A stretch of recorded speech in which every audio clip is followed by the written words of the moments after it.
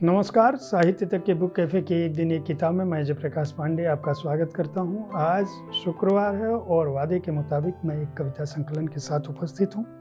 यह एक बेहद अद्भुत कविता संकलन है, ल्हासा का लहू। निर्वासित तिब्बती कविता का प्रतिरोध। संकल्पना एवं अनुवाद अनुराधा सिंह ने किया है। अनुराधा सिंह हिंदी की सुपरिचित कवयित्री, लेखिका और अनुवादक हैं।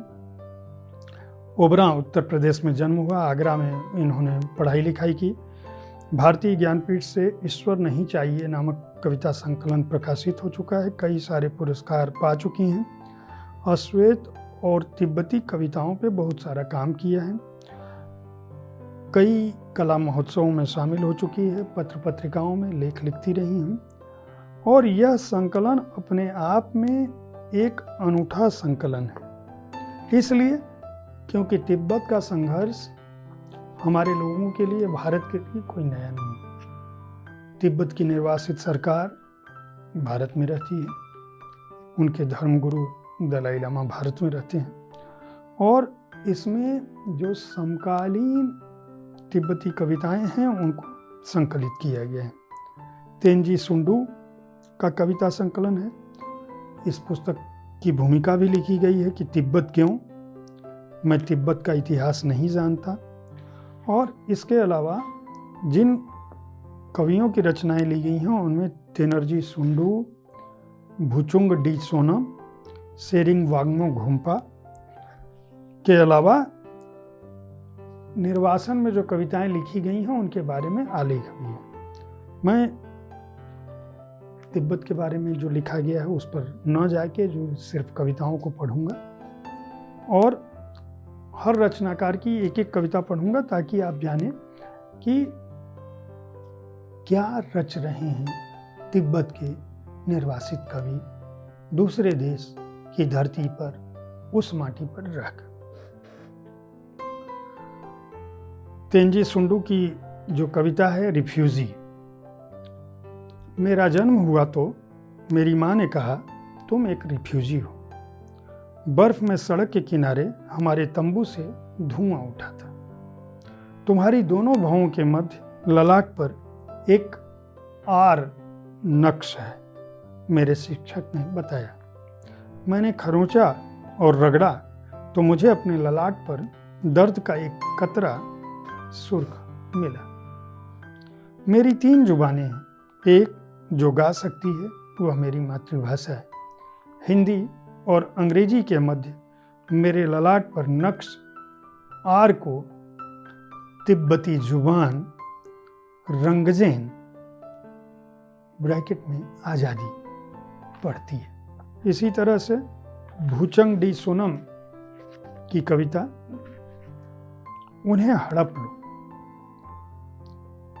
आपकी प्लेट में रखा बटर चिकन कल तक वह मुर्गी था जिसके चूजे अंडों से निकले नहीं। अभी आप स्वादिष्ट भोजन का आनंद लीजिए। पिछली गर्मियों मैंने जिस ऊंट की सवारी की थी वह अब चमड़े का एक बैग बन चुका है। सजा है एक आधुनिक शोरूम में।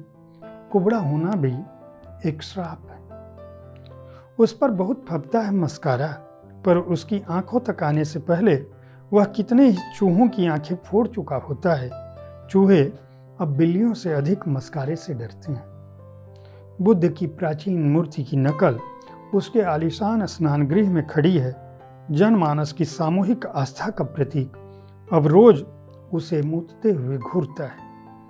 वह दहाड़ता हुआ गर्वीला बाघ जो बड़ी शान से बंगाल के जंगलों में चहलकदमी किया करता था, अब तुम्हारी पोशाक का बॉर्डर है। लेकिन उसे पहनकर भी तुम बस एक भीगा हुआ कुत्ता दिखते हो। उन्हें हड़प लो यह कविता इंसान के जानवरों के कत्ल करने पर है। इसी तरह से सेरिन वांगमो घुम्पा की एक कविता में पढ़ता हूं। इस कविता का शीर्षक है जलावतनी। फासले से दिखते हैं भूदृश्य कुछ अधिक स्पष्ट। मसलन मैं जिस जगह से हूँ वह अब नहीं है। बावजूद उन तमाम सिद्धांतों और प्रयोगों के जहाँ लाल रंग संवेगों का प्रकथन है, रक्त संबंध नहीं है नातेदारी की पहली शर्त। चयन की कूटनीति में एक विचार दूसरे को उखाड़ फेंकता है। अतः भूख एक चौखटे में अट जाने की युक्ति है। हम पिंजरों में छड़ें संहिताओं के प्रभुत्व की संपुष्टि के लिए लगाते हैं। प्लास्टर और कार्क तैरने में हमारे सहायक हैं। आवश्यकताएं आवाज़ों को खत्म करने का मंसूबा है। जैसे किलों ने ही इस घर को सीधा थाम रखा है। बेहद उम्दा कविताएं हैं, लंबी कविताएं हैं। इन कविताओं में तिब्बत का निर्वासन झलकता है।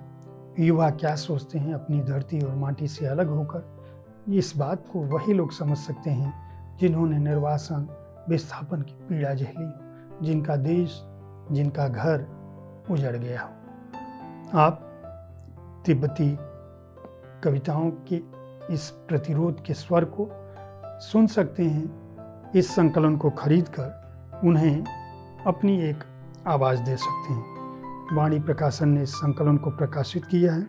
रजा फाउंडेशन के सहयोग से यह संकलन प्रकाशित हुआ है और इसका मूल्य है 399 रुपये। उम्मीद है साहित्य तक का यह एपिसोड आपको पसंद आया होगा।